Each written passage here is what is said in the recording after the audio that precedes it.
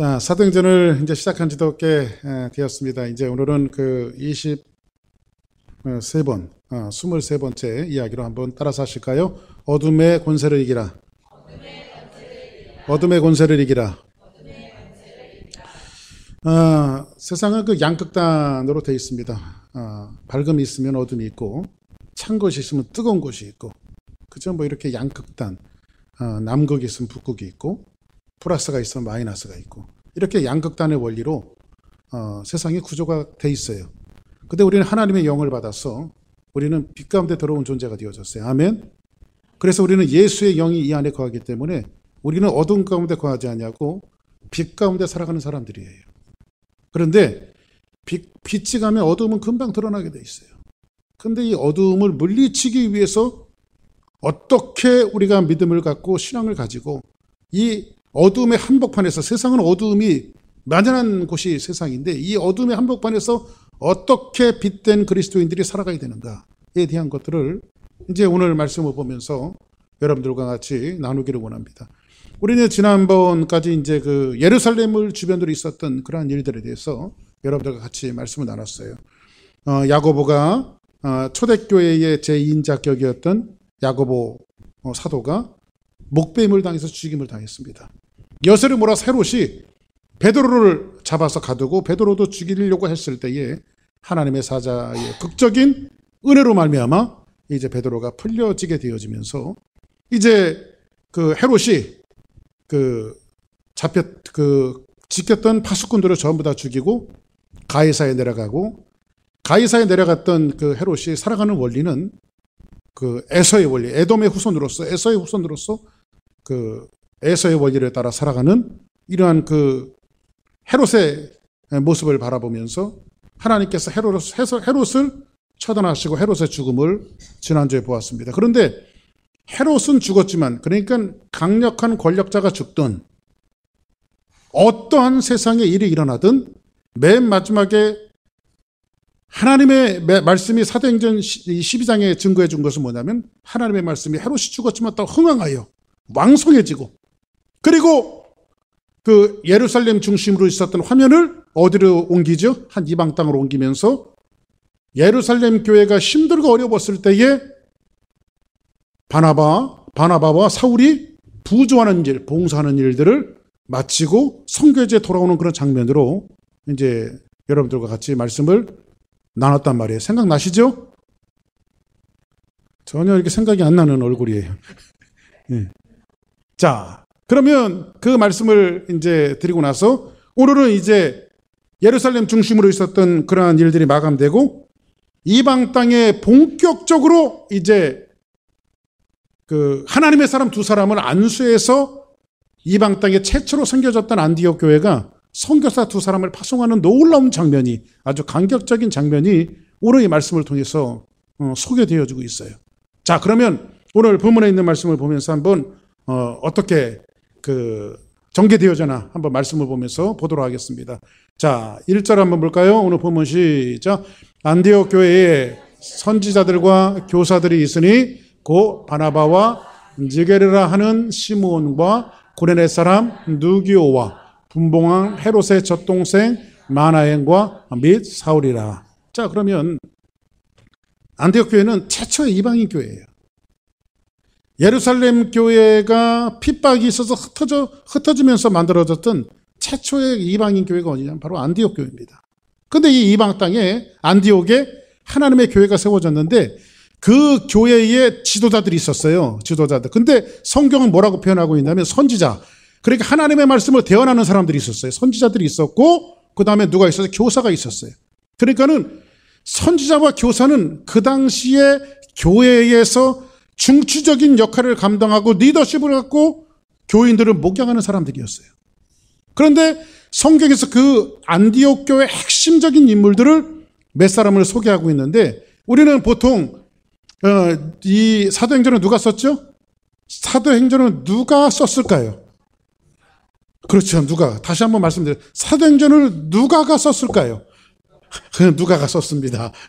누가가 썼어요. 그런데 이 누가가 사도행전을 기록할 때에 우리는 보통 사람의 이름을 기록하면 뭐 가나다라 순으로 한다든지, 아니면 뭐 알파벳 순서로 한다든지, 또 내지는 무슨 회사 같으면은 회장, 부회장, 사장, 무슨 이렇게 직책에 따라서 이렇게 나열을 한다든지 이렇게 하는데, 이 누가는 이 사도행전을 기록하면서 헬라식의 방식을 도입해서 이제 안디옥 교회에 선지자와 교사가 있는데 이 사람들이 누구냐 하고 하면서, 헬라식의 방식은 뭐냐면 안디옥 교회 안에서의 그 어떤 그 역할과 기능에 대해서 어떤 사람이냐면요, 그 인지도에 따라서, 그러니까 어떤 사람이 강력한 인지도를 갖고 있느냐에 따라서 이제 누가가 말씀을 기록했는데, 제일 처음에 나오는 사람이 누구죠?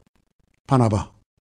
바나바 나와요. 그렇죠? 이 바나바는 여러분들이 잘 아시는 사람으로 초대교회에 성령 충만한 사람이었고 아주 착한 사람이었어요. 그래서 이 사람은 기꺼이 자기의 땅을 팔아서 밭을 팔아갖고 사도들 앞에 굳이 현금으로 내놨던 사람이에요. 그리고 사람들은 그 당시에 세상에서 흩어져서 들어왔던 많은 유대인들이 먹을 것을 통해서 근심하고 걱정할 때에 당당히 자기의 재산을 내놓고 구제하는 것을 통해서 많은 사람들에게 착한 사람으로, 성령 충만한 사람으로 인지되었던 사람이 누구였냐면 바로 바나바예요. 그렇죠? 이게 다 가르쳐 드린 내용이에요. 그렇게 모르는 척 하시면 안 돼요. 그렇게. 자, 그래서 바나바가 그러면 여기서 이 바나바를 제일 처음에 소개하고 있었다라고 하는 것은 안디옥 교회에서 바나바는 어떤 위치에 속하냐면 담임 목사격에 속하는 아주 굉장히 핵심적인 인물이에요. 할렐루야. 그 다음에 제 두 번째 2인자로 소개되어주고 있는 사람이 뭐냐면 니게르라 하는 시몬과 이렇게 말해요. 그리고 여러분은 니게르라 하는 시몬과 여러분들 어릴 때 한국에서 이게 좀 좋지 못한 그 방식이었는데, 이렇게 어릴 때는 그 한국에도 흑인들이 이렇게 이제 검은색의 피부를 가지신 분들이 한국에 이렇게 사신 분들이 있었어요. 근데 한국 사람들이 지나다니면서 그 사람들을 놀린다고 뭐라고 말했냐면 지그로 그랬어요. 지그로. 응? 뭐 이게 여기서 미국의 한복판에서 그랬다면 큰일 나죠. 예? 있었어도 안 되는 일이고. 응? 근데 그 지게르라고 하는 말은 지그로라는 뜻이에요. 지그로. 그러니까는 지게르라고 하는 사람은 뭐냐면 검은 피부를 가진 추정을 에디오피아 사람으로 추정을 해요. 에디오피아 사람. 아프리카에서 온 사람이에요. 근데 이 사람의 이름이 뭐예요? 시므온이에요. 근데 시므온은 이방식 헬라식의 이름이에요? 아니면 유대식의 이름이에요? 유대식의 이름이에요. 그래서 이 시므온이 어떻게 검은 피부를 소유한 사람이 유대식의 이름을 가졌느냐? 그러니까 추정해 보니까는 이 사람은 아프리카 에디오피아에 살다가 유대교를 믿는 신자가 되어져요. 유대인들이 믿는 유대교를 믿는 신자가 되어지는데, 이 사람이 진짜 복음을 만나고 나서 예수 그리스도를 영접하고 다시 기독교로 전향한, 그러니까는 아프리카 사람이었지만은 유대교에서 진짜 기독교를 믿는 기독교의 신앙으로 전향된 사람이 누구냐? 바로 니게르라고 하는 시몬입니다. 그래서 유대식의 이름을 갖게 되어진 거예요. 이해되시죠? 아멘. 여기 좀 이해가 되어져야 그 다음 말씀이 쭉 이해가 되어지니까. 그리고 나서 또 누가 나오죠? 구레네 사람 누기오. 근데 이 구레네도 역시 어디예요? 아프리카예요. 검은 피부의 소유예요. 그래서 구레네 사람 누구와 누기오와, 그러니까 안디옥 교회 이방인들의 지도자는요 전부 다 어떻게 됐어요? 바나바는 유대 사람, 유태인. 그 다음에 시몬은 아프리카 사람. 그 다음에 누기오는 어디 사람? 아프리카 사람. 그 여기 이제 또 왕족이 하나 나와요. 왕족이 분봉왕 헤롯의 젖동생 마나엔과. 그러니까 여기서 보니까 여기서 나오는 헤롯은, 지난주에 말씀드렸던 헤롯은 4명의 헤롯이 있다고 말했죠. 근데 여기에서 나타나는 분봉왕 헤롯은 누구냐면 침례 요한을 목을 베서 쟁반위에다 갖다 놓았던 그 헤롯을 이야기해요. 근데 그 젖동생이라고 하는 말은 이런 말이에요. 뭐 베이비붐 시대 때는요, 우리 때는요, 한국 땅에 슬로건이 있었어요. 그 슬로건이 뭐냐면요, 아들 딸 구별 말고 둘 만나 잘 기르자. 그래서 둘 이상씩 낳지 말라는 거야. 인구가 너무 많으니까. 응? 근데 요즘에는 이제 안 나서 탈이죠. 안 나서. 그래서 지금 애국하는 것은 막 낳는 거예요. 지금은 생기는 대로 막 낳아야 돼요. 근데 그 전 시대 때 아마 우리 권사님들 시대 때는요, 막 그냥 생기는 대로 다 낳았어요. 생기는 대로. 그래서 한평생을 임신하고 지냈던 여자분들이 금방 아기 낳는가 하면 또 낳고 또 그 배가 불러오고, 금방 아기를 낳고 낳는데 좀 있다가 또 배가 불러오고. 그래서 옛날에는 보통 8남매, 뭐 10남매, 저희 큰아버지도 8남매를 두셨거든요. 뭐 약간 약소한 거죠. 그래서 이렇게 보니까요, 저희 큰집 때 보니까요, 제일 큰 형이 있는데요. 그 제일 큰 형이 있는데 막내가 있어요. 막내하고요, 큰 형하고 차이는 얼마만큼 차이 나냐면 부모 자식 세대만큼 차이가 나요. 요즘으로 말하면. 보통 한 20살 정도 차이 나요. 보통. 그럴 때 뭐라고 말하는? 젖동생이라고 말하는 거예요. 젖동생. 이게, 아시겠어요? 그래서 젖동생. 그래서 헤롯의 젖동생 마나엔과 이렇게 말하죠. 마나엔과. 그렇죠? 그러니까 왕족이 한 사람이 들어왔는데 헤롯의 젖동생이라고 하면 어디의 후손일까요? 역시 에서의 후손이죠. 이렇게 에돔의 후손이 한 사람이 편집이 되어져 있고요. 그 맨 마지막에 뭐라고 되어 있죠? 및 사울과. 그럼 사울은 여기서 지금 이 사람을 바나바, 시므온, 누기오, 마나엔 딱 소개하고 여기까지는 보통 스무스하게 흘러가다가 바울은 및 하면 뭐예요? 이거 존재감이 없다 이거지. 뭐 집어넣기는 집어넣는데 뭐 이 사람이 존재감이 좀 있기도 하면서 또 없기도 하면서 지도자는. 그래서 및 사울이라. 그러니까 아직까지도 이 초대교회에 나중에 바울이 되어지는 사울의 위치는 어떤 위치였냐면요, 그냥 저 사람이 성령 충만함을 받긴 받았고 교회에서 이렇게 사람들을 가리키는 거 보면 실력은 있고 뭔가 좀 영향력을 주는 것 같은데, 과거에 이 사람이 기독교인들을 핍박한 사람들이 언제 돌변할지 모르니까 이 교회 사람들이 의구심을 갖고 좀 이렇게 보고 있는, 그래서 특별한 역할은 없지만은 지도자군에 들어와 있는, 뭐 이렇게 좀 약간 미심적인 사람이 누구냐면 및 사울이다, 이렇게 성경은 표현해놨어요. 그러니까 여러분들 교회에서 및 아무개다 이렇게 표현되면 곤란해요. 그죠? 지도자는 지도자인 것 같은데 저 사람이 교회에서 핵심 인물은 핵심인 것 같은데 및 누구다 이러면 좀 곤란하겠죠. 그죠? 그 여러분들은 충실한 이렇게 앞에서 스무스하게 나가는 박규석과 뭐 누구와 이렇게 해야지 및 누구와 이렇게 되시면 곤란한 거예요.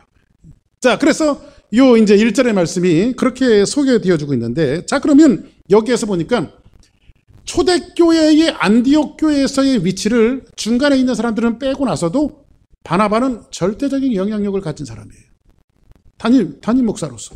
그리고 맨 마지막에 소개되어졌던 나중에 바울이 되어지는 사울은요, 왜 사울이냐면 시브리식의 이름이 사울이에요. 헬라식의 이름이 바울이에요. 그래서 나중에 작은 자라고 하는 바울이라고 하는 이름을 선택을 해갖고 나중에 바울이 되어지는 거예요. 자, 그러면 오늘 여기에서 이야기하고 있는 이 바나바는 절대적인 리더십을 갖고 있고, 지금 교회가 안디옥 교회가 이방인 교회로, 예루살렘 교회 다음으로 이방인 교회로 탄생이 되어졌지만 이 교회는 놀랍게 성장하고 있어요. 지금 지난주에 맨 마지막에 뭐라고 말했어요? 바울과 사울이 사울과 바나바가 어디 갔다 왔어요? 예루살렘 교회 갔다 왔어요. 예루살렘 교회 왜 갔다 왔어요? 부조하는 일을 하려고. 부조하는 일은 뭐예요? 지금 이 사람들이 추정컨대 안디옥 교회에서 헌금을 걷어갔고요, 지금 원교회였던 예루살렘 교회가 너무 어려움을 당하니까 거기에 가서 지금 봉사하는 일을 하고 온 거예요, 지금요. 그러니까는 오히려 마더처치를 베이비 처치가 지금 도와주고 있는 거예요, 지금요.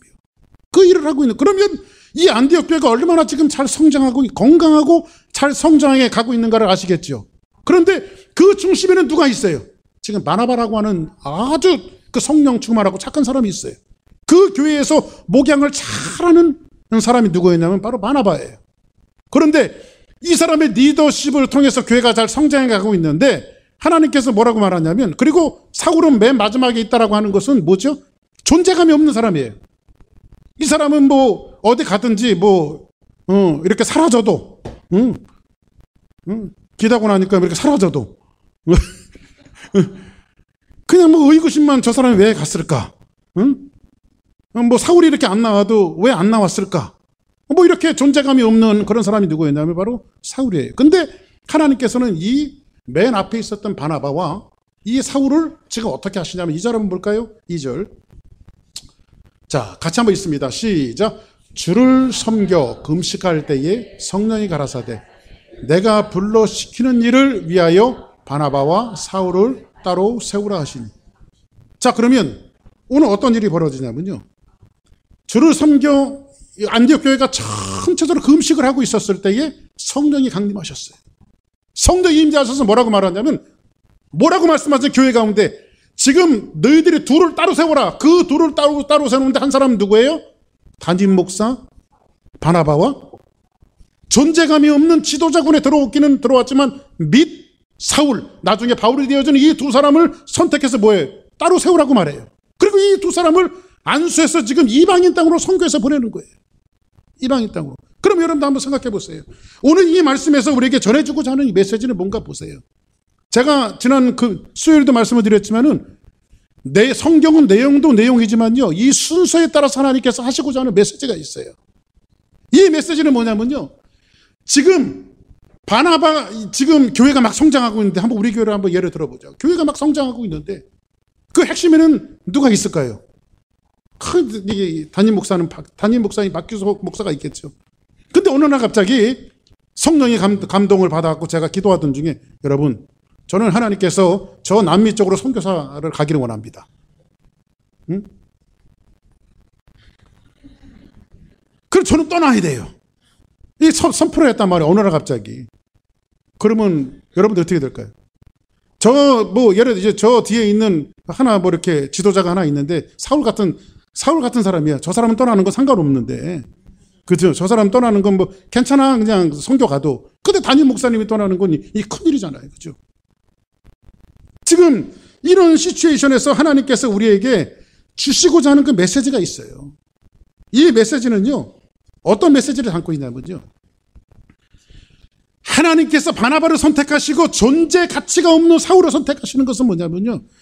하나님이 쓰시는 일들에 대한 것들은, 하나님이 쓰시는 사역은 뭐냐면 그 사람이 가지고 있는 리더십과 능력과 힘에 의해서 좌우되어지는 것이 아니라는 거예요.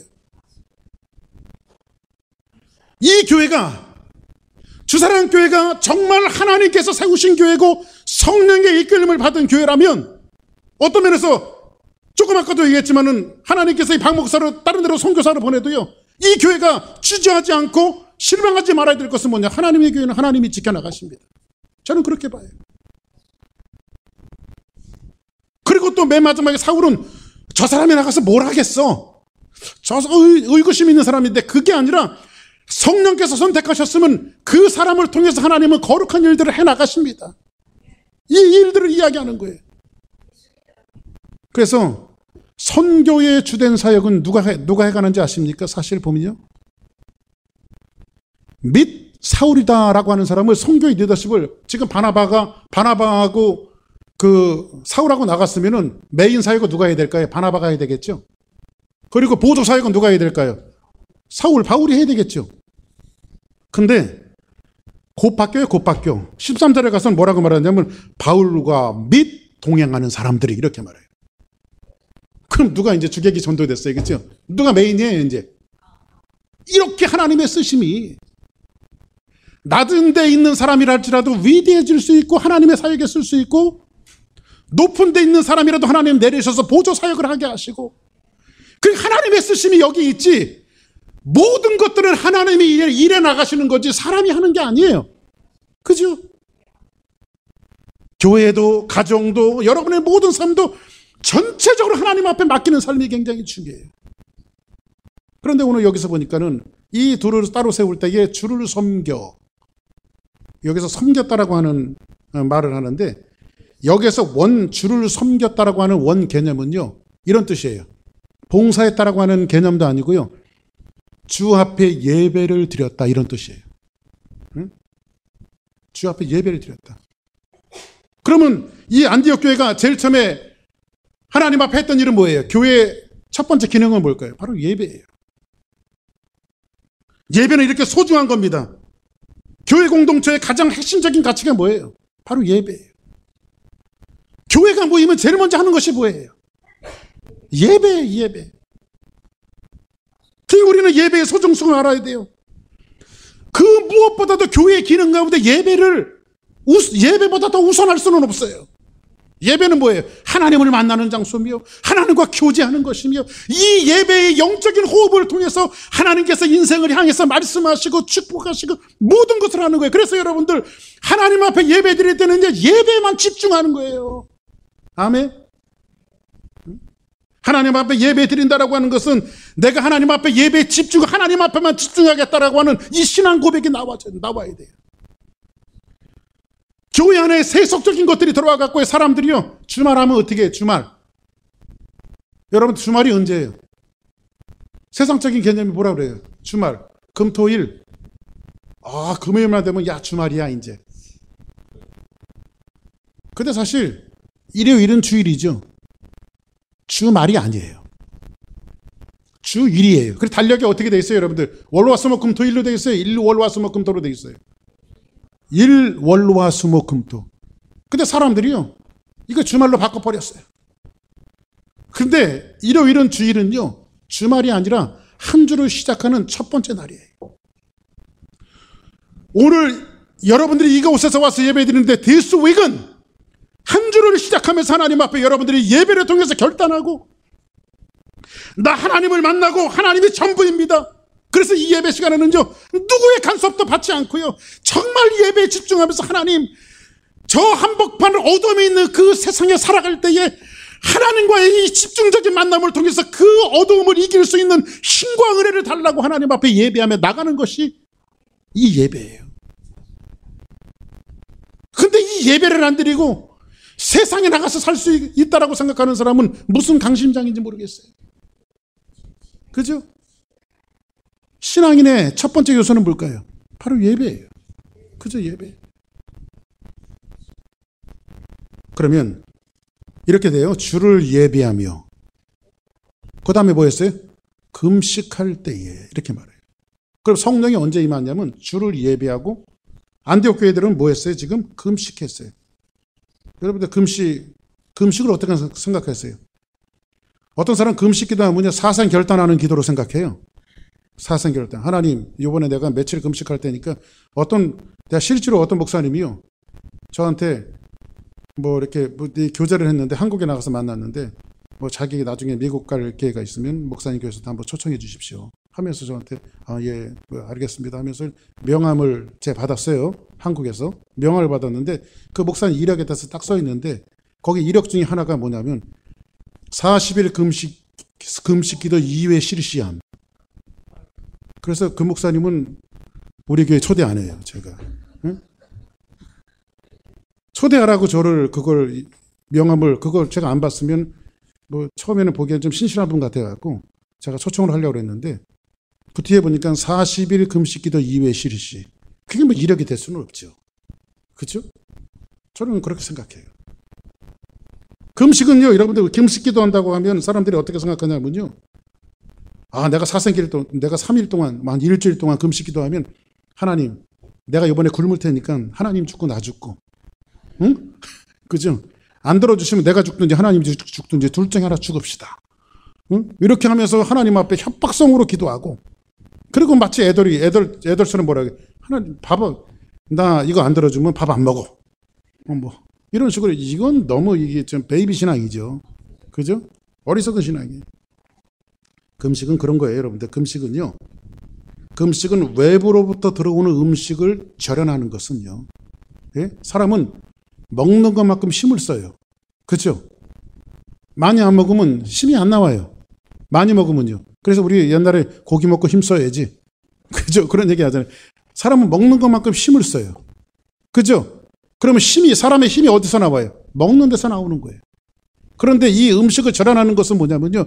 하나님 내가 기간을 두고 3일이나 일주일이나 내가 기간을 두고 이 음식을 절연하는 것은, 절연하면서 하나님 앞에 기도하는 것은, 하나님 앞에 집중하는 것은 하나님 내가 외부에서 들어오는 음식의 힘으로 내가 살아가는 것이 아니라 진짜 하나님의 힘이 필요합니다. 지금 나 정말 하나님의 힘이 필요해요. 그래서 금식 기도하는 거예요. 그렇죠? 내가 먹는 것만큼 힘쓰는 것이 아니라 하나님 앞에 집중하고 하나님 앞에 나오는 그 능력과 힘으로 내가 정말 모든 일을 하겠습니다. 하나님 힘 주세요. 그래서 우리가 금식 기도하는 거예요. 그런 신앙의 고백이 되어져야지 뭐 사생결단하고, 목사님 나 이번에 3일 금식 기도하기로 했습니다. 왜요? 사생결단할 일이 있어요. 이러면 안 된다 이 말이죠. 그러면 오늘 성령이 언제 임하시냐면 그들이 예배를 통해서 하나님 앞에 집중하고 그들이 외부의 음식을 절연함으로 하나님의 뜻을 묻고자 하면서 하나님 앞에 집중하고 전심을 다할 때에 그들에게 성령이 임재하시면서 성령이 교회 중에 말씀하기 시작하셨어요. 교회 중에 뭐라고 말하냐면 바나바와 사울을 따로 세우라 하신지라 이렇게 말씀하십니다. 자, 그러면 바나바와 바울을 왜 따로 세우라고 하실까요?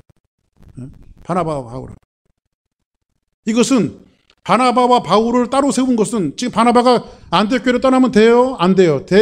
되겠어요? 안 되겠어요? 인간적으로 보면 안 돼요. 근데 바나바와 바울을 따로 세우라고 말합니다. 그 다음 볼까요? 이것은 누구의 뜻이냐면요, 한번 성경 보겠습니다. 자, 사도행전, 이것은 누구의 뜻이냐면요, 우리 사도행전 9장에서 이미 본 대로 한번 보겠습니다. 사도행전 9장 15절 16절 시작. 주께서 이르시되 가라, 이 사람은 내 이름을 이방인과 임금들과 이스라엘 자손들에게 전하기 위하여 택한 나의 그릇이라. 그가 내 이름을 위하여 얼마나 고난을 받아야 할 것을 내가 그에게 보이리라 하시니. 자, 그러면 여기에서 바나바와 특히 사울, 나중에 바울이 되어지는 이 사람을 뽑은 것은 누가 하신 거예요? 하나님이 하신 사역이에요. 하나님이 이미 작정하신 거예요. 사람들은 사울을 미심쩍인 눈으로 쳐다보지만은 이미 하나님께서 사울을 선택하시기로 작정하셨던 놀라운 사건들을 이야기해주고 있어요. 하나님의 쓰심은 그 사람이 탁월하고 능력 있고 힘이 있어서 쓰시는 것이 아니에요. 하나님의 쓰심은 하나님이 선택하시고 하나님이 작정하시면 그냥 쓰시는 거예요. 아무 무가치한 사람도 하나님의 손에 붙들리면 능력자가 되어지고 힘이 되어지는 거예요. 그러니까 우리는요, 아유, 저 사람은 뭐 신학 공부 많이 했으니까, 아유, 어떤 목사님은 뭐 이렇게 학위도 있으시니까 이렇게 쓸만해서 쓰시는 거야, 능력이 있어서 쓰시는 거야. 그거 아니에요, 여러분. 그거 아니에요. 하나님이 쓰시는 것은 문벌과 학벌과 능력과 권세에 있지 않아요. 그 사람이 갖고 있는 재력에 있지 않아요. 여러분들 자꾸 이렇게 집중하게 되어지면요, 성경을 자꾸 그렇게 우리 사람에 대해서 포커스를 맞추다 보면요, 성경이 위인전이 되어져요. 사울처럼, 바울처럼, 바나바처럼, 모세처럼, 아브라함처럼 위인전이 되어져요. 근데 성경은 그들의 이력을 전부 밝히고 있어요. 그들의 이력은 뭡니까? 무가치한 데서 하나님께 쓰임을 받았더니 위대해진 거예요. 할렐루야. 무가치한 데서. 그래서 하나님은 우리 교회가 세상 사람들 보기엔 무가치한 교회로 보일지 몰라도 하나님 우리 교회를 붙드시면 위대해지는 거예요. 여러분 한 사람 한 사람들이 저 사람이 뭐 되겠어? 여러분 자녀들 한 사람 한 사람도 마찬가지예요. 제가 뭐 되겠어? 근데 하나님의 손에 붙들리면 위대해지는 거예요. 하나님의 손에. 할렐루야. 그 사람이 위대한 것이 아니라 그 사람을 붙들고 있는 하나님이 위대하신 거예요. 아멘입니까? 그래서 이 두 사람을 금식해서 어떻게 해요? 한번 다음 절 볼까요? 자, 두 사람이 성령의 보내심을 받아 실루기아에 내려가서 거기서 배를 타고 구브로에 가서 이 두 사람을 이제 안수해서 보냅니다. 근데 여기서 보니까 이 두 사람을 성령의 보내심을 받아, 여기서 보니까 보내신 주체가 어디예요? 누구예요? 안디옥 교회예요? 성령이에요? 여러분들 우리가 항상 오해하는 것이 있어요. 물론 우리가 편하게 쓰기 위해서 교회가 파송한다라고 하는 말을 쓰는데, 보낸다라고 하는 것은 영어로 샌드지요, 샌드. 예? 샌드라고 하는 말을 쓰는데 여기에서 샌드가 아니고요, 말하는 것은 뭐냐면 성령이 보내심을 받았다라고 하는 것은 뭐냐면, 교회는요 성령이 보내시니까요, 여기서 보내다라고 하는 것은 어떤 원문에 가지고 있는 의미는 어떤 의미냐면 나주다, 이런 의미예요. 나주다. 그냥 놔주는 거예요. 그러니까 교회가 누구를 파송하는 것이 아니라 보내는 주체가 교회가 아니라 성령님이 보내시고, 교회는 성령님이 시키시는 일에 대해서 순종하고 놔주는 거예요. 놔주고 뭐 해야 될까요? 그 사람이 사역을 잘하며 감당할 수 있도록 뒤에서 서포트 해주는 거예요. 계속해서 서포트 해주는 거예요. 이것이 교회의 역할이에요. 근데 이걸 가지고요, 막 그냥 성교에 대한 잘못 원리가 돼 있어 갖고요. 선교사님들도 아주 신실하고 좋은 선교사님들도 많은데, 나갖고 이 선교제가 갖고요, 신실치 못한 선교사님도 많아요. 그런데 파송한 교회도요, 파송한 교회는 왜냐하면 선교사님들이 그 파송한 교회에서 다 이렇게 원조를 받아서, 왜냐하면 거기 경제 활동을 할 수 없기 때문에, 후진국이라. 여기서 파송한 교회들이 다 서포트 해야 되는데, 파송한 교회는 이제 그 사람들 목숨을 갖고 흔들어요. 너희들 그따위로 하면, 성교비 안 보내줄 거라고, 이러고. 근데 그 사람을 성령님이 보냈으면요, 교회는 신실하게 그 사람을 도와야 돼요. 이게 하나님의 뜻이에요. 우리 교회가 성령의 은혜를 받고, 또 나중에 선교사들이 우리 교회를 통해서 성령의 놀라운 능력에 의해서 이제 파송이 되어진다면, 우리 교회가 존재하는 그날까지는 선교사들을 서포트해야 돼요. 요즘에 올해 들어서 제 마음속에 그런 마음이 굉장히 많이 들어요. 이제 우리 교회가 이제는 세월도 지나고 역사가 많이 지났기 때문에 이제는 우리는 개척교회가 아니다. 개척교회가 아니다. 이제는 막 도약하며 많은 사람들을 서포트하고 선교할 수 있는 그런 교회로 더 나가야 된다. 그래서 이제 제가 생각하는 것은 뭐냐면, 이제 교회 이전 일들을 좀 마무리해 놓으면 우리가 이제 나눌 수 있는 교회로, 그리고 한쪽으로도 나눠서 정말 서포트할 수 있는 교회로 나가야 되겠다. 이것이 하나님께서 제 마음속에 주신 도전이에요. 그러니까 여기서 보니까요, 이처럼 교회의 역할은요, 하나님의 섭리가 있을 때 놔주는 거예요. 예를 들어서 그렇게 생각하는 거예요. 성령님이 교회에게 박 목사를 따로 세우라. 그리고 저 중국으로 이제 선교사를 나가라고 했는데, 목사님 이러시면 안 됩니다. 목사님이 나가시면 교회는 어떡합니까? 성령님이 가라고 그랬어요. 이게 만약에 강력하게 내려준다면 어떻게 될까요? 여러분들이 어떻게 될까요? 그냥 보내고 싶진 않지만 놔줘야 돼요. 그리고 여러분들은 뭐 해야 돼요? 열심히 돈 벌어서 선교할 수 있도록 서포트를 해줘야 되겠죠. 지금 그 시츄에이션을 오늘 이 말씀을 통해서 이야기해주고 있는 거예요. 안디옥 교회가 지금 그거를 했어요. 그래서 그리스어로요, 에크펜포라고 하는 이 말인데, 파송하다라고 하는 의미인데, 파송은 사람이 하는 것이 아니라 누가 하는 거예요? 성령님이 하시는 거예요. 할렐루야. 성령님. 그래서 교회의 역할은 성령이 계획하시는 일에 순종하고 따라가는 것입니다. 아멘.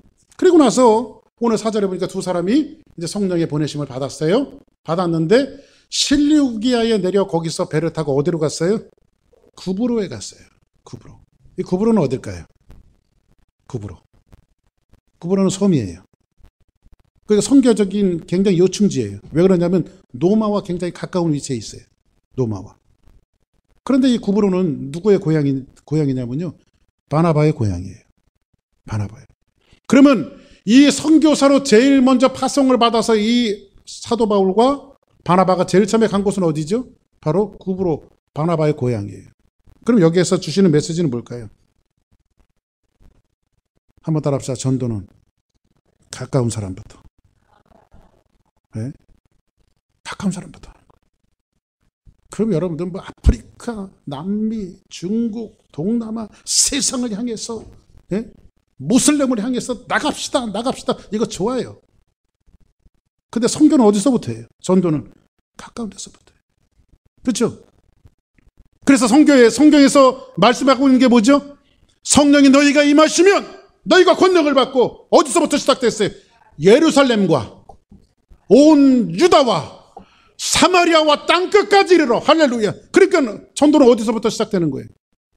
여러분의 행동 반경에 있는 사람들을 유심히 살펴보고 가족부터 전도하세요. 그죠? 늘 말씀드리지만 전도는 여러분의 힘으로 하는 게 아니에요. 그냥 손잡고 복음을 전했더니 역사는 성령님이 하시는 거예요. 할렐루야. 응? 저 사람이 나오겠어. 목사님 그 사람은 나올 사람이 아니에요. 여러분들이 판단하지 말고 가서 말씀을 증거하고 복음을 증거하고 할렐루야. 그러고 나서 5절 한번 보겠습니다. 5절. 자, 시작. 하나님의 유대인이 여러 회당에서 전할세 요한을 수종자로 두었더라. 자, 그러면 여기에서 이제 구보로에 가서 도착해서 하나님의 말씀을 증거하는데 여기에서 살던 누구에게 먼저 유대인들, 흩어졌던 유대인들이 사는 곳은 항상 회당이 있어요. 그래서 자기의 동족 유대인들부터 하나님의 말씀을 증거하는 역사가 벌어지는데 6절 보겠습니다. 시작.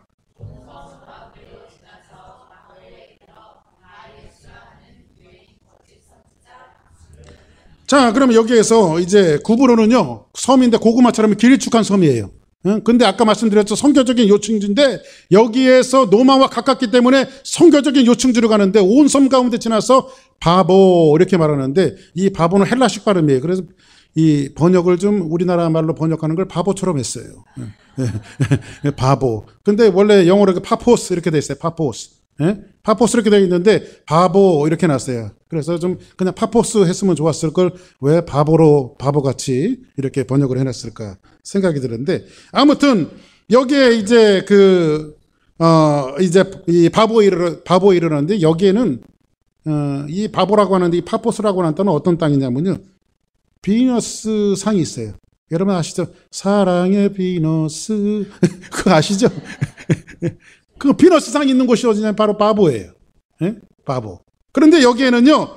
왜냐면요. 이 섬 자체를 비너스에게 봉헌된 섬이라고 생각을 했어요.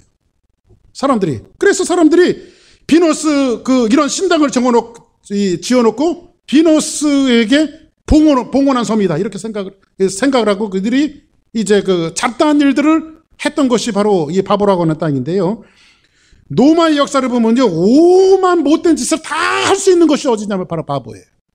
그러니까 윤리와 도덕적으로 맨 밑바닥에 내려오고 있는 땅이 어디냐면 바로 바보라고 하는 땅이에요. 그래서 여러분들 추잡한 문화의 본거지가 바보인데요. 여러분들 코리안 그러면 한국 사람이라는 뜻이죠. 그럼 파포시안 이런 데 파포시안. 여러분들 그래서 각각 나라 사람들이 이야기할 때에 뭐 멕시칸 그러면 어떤 것이 머리에 딱 떠오릅니까? 그건 각자 알아서 생각하시고. 예? 그러면 사람들이 다 코리안 할 때 생각나는 게 있을 거예요. 그죠? 예? 그런데 파포시안 할 때는 바보 사람들이라는 거 바보 사람들. 그죠? 바보에 사는 사람들이라는데 이 파포시안 하면 사람들의 머릿속에 딱 떠오르는 동의어가 하나 있어요. 그 동의어가 뭐냐면요. 이런 뜻이에요. 사창가 사람들. 그리고 더러운 동네 사람들. 이런 뜻을 갖고 있어요. 그러면 파포시안 그러면 뭐예요? 저 사람들은 더러운 동네 사는 사람들이야. 저 사람들은 추잡한 문화에 사는 사람들이야. 이렇게 윤리와 도덕적인 것들이 바닥까지 내려와 있는 그 땅에 누가 지금 살고 있냐면 박수무당이 하나 살고 있어요. 예? 바예수라 하는 유대인 사람인데 이 사람도 유대인인데 거짓 선지자 박수를 만나니 이렇게 말해요. 거기에서 지금 누구를 만나냐면 박수를 만나는데요. 이 박수무당을 만나는데 오늘로 말하면 이 무당은 뭐냐면요. 우리나라도 선거철이 되면요. 용한 무당들 다 찾아가잖아요. 내가 붙겠나 안 붙겠나. 그 복채를 갖고 나한테 와서 기도를 받았으면 좋겠어. 그냥. 왜 무당들을 찾아가는지 모르겠어요. 근데 그것과 마찬가지로 기생충처럼 그 당시에도 노마의 고국 관리 옆에 붙어갖고 이제 점쟁이 노릇을 하면서 마술사 노릇을 하면서 붙어서 살고 있었던 사람이 이 사람이 누구에게 붙어서 살고 있었던 사람이냐면 7절 한번 볼까요? 7절. 자, 시작. 그가 총독 서기오 바울과 함께 있으니 서기오 바울은 지혜 있는 사람이라 바나바와 사울을 불러 하나님의 말씀을 듣고자 하더니. 자, 그러면 그 땅에 가서 지금 만난 사람이 박수무당을 만났는데 이 박수무당의 위치는 어느 에 있는 사람이냐면 그 파포스 바보에 있는 총독. 그러니까 가장 큰 책임자, 최고 높은 책임자 옆에 이 사람의 이름이 서기오인데 서기오 바울이에요. 이 바울은 그 바울이 아니에요. 이 총독의 이름인데 서기오 바울과 함께 있으니 그러면 이 사람이 서기오 바울 옆에서 기생충처럼 붙어서 복채를 뜯어먹고 아주 호의호식하면서 살고 있었던 박수무당이었어요. 이 사람이. 근데 서기오 바울은 뭐한 사람이라? 지혜 있는 사람이에요. 지혜 있는 사람이에요. 그리고 나서 이 사람이 서기오 바울이 지금 누구를 초청했어요? 바나바와 사울을 불러 하나님의 말씀을 듣고자 하더니 이 큰일 났어요. 이제 뭐가 큰일 났냐면요, 이 죄악이 만연한 땅에서 아마 이 서기오 바울은, 총독이었던 이 서기오 바울은 그렇게 생각했을 거예요. 여러분들 그런 생각, 죄를 짓는 사람들 치고 이렇게 죄를 지으면 참 좋아, 너무너무 좋아, 행복해, 이렇게 살아요? 아무리 악한 사람들도요 이렇게 하면 안 되는데, 이렇게 도덕적으로 타락해서 이 땅이 마지막에 어떻게 될 건가? 응? 돈 많아서 모든 짓을 다 할 수 있는데 행복하지만 그것이 전부 다 모조품 행복이에요. 진짜 행복이 아니에요. 그러던 어느 날 사람들로부터 전해들은 일이 있는데, 저 먼 곳에서 낯선 사람이 둘이 들어왔습니다. 근데 그 사람들이 복음이라고 하는 메시지를 증거하는데 사람들이 변화되어지고 신령하고, 사람들이 개조되어지고 윤리관이 바뀌고 도덕관이 바뀌고 뭔가 사람이 뒤집어지는 역사가 벌어집니다. 그때에 이 총독이 누구를 초청하냐면 그 사람들을 데리고 와봐라. 그랬더니 누가 발짝발짝 뛰어 옆에서요. 이 마술사, 그죠? 이 마술사가 발짝발짝 뛰기 시작해요. 그거 들으시면 안 됩니다. 왜 그럴까요? 이거 다 돈과 관계돼 있어요. 그거 듣고 나면 어떻게 돼요? 밥줄이 떨어지거든. 그러니까 세상 사람들의 철학은요, 항상 끝에 가면 뭐가 연결되어 있냐면 돈과 연결되어 있어요. 돈 버는 일이라면요, 예수님도 잠깐 보류해놓고 잠깐 계세요. 그냥 저기 건너방에 들어가서 잠깐 계세요. 내가 나오랄 때 나오세요. 괜히 참견하시면 안 돼요. 응? 그리고 예수님도 가둬놓고 그냥 막 유익을 위해서, 자기의 어떤 인생의 유익을 위해서 뛰는 사람이 이 세상 사람들의 원리예요. 그런데 8절 보니까 바울이 이제 뭐라고 말하죠? 이 박수 엘루마는 이 이름을 번역하면 박수라. 그죠? 남자무당이에요. 그런데 저희를 대적하여 총독을 믿지 못하게 뭐하니? 힘썼다라고 하는 표현은 난리를 쳤다는 표현이에요. 난리를 쳤다. 왜냐하면 이제 사도 바울과 이제 바나바에 의해서 복음이 증거되어지면 이 사람은 변화가 되어져요. 변화가 되어져요. 근데 믿지 못하도록 막 난리를 치는 거예요. 여러분들 보세요. 교회가요, 어느 때 문제가 생기냐면 항상 성장할 때 문제가 생겨요. 왜냐하면 한 영혼이 들어와서 예수 그리스도를 믿고 거듭나고 영접할 때 이 마귀가 그냥 있겠냐고, 어둠에 감춰진 세력들이 그냥 있겠냐고요. 못 믿게 하죠. 가정에 환난을 일으키고 풍파를 일으키고, 그죠? 여러분들, 세상에 가장 중요한 것이 뭐예요? 예수 믿고 구원받는 거잖아요. 그죠? 일확천금을 얻고 수많은 호화호식을 누린다 할지라도 예수 믿지 않고 지옥 가면 다 영원히 떠나는 거예요. 그죠? 영원한 지옥 속에 떠나는 거예요. 여러분들 예수 믿었다는 것이 얼마나 행복한 일입니까? 축복된 일이에요. 그죠?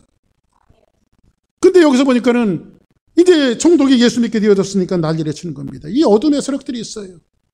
어둠의 세력들이. 지금 이 어둠의 세력을 지금 누가 보고 있냐면 지금 사울이 보고 있어요. 나중에 사도 바울이 되어지는 이 바울이 지금 보고 있어요. 뭐라고 말하죠? 9절 볼까요? 시작. 바울이라고 하는 사울이 성령 충만하여 그를 주목하고. 지금 이제 사도 바울이 성령이 충만해지기 시작해요. 네? 성령이 충만해지기 시작하면서 10절 한번 보겠습니다. 시작.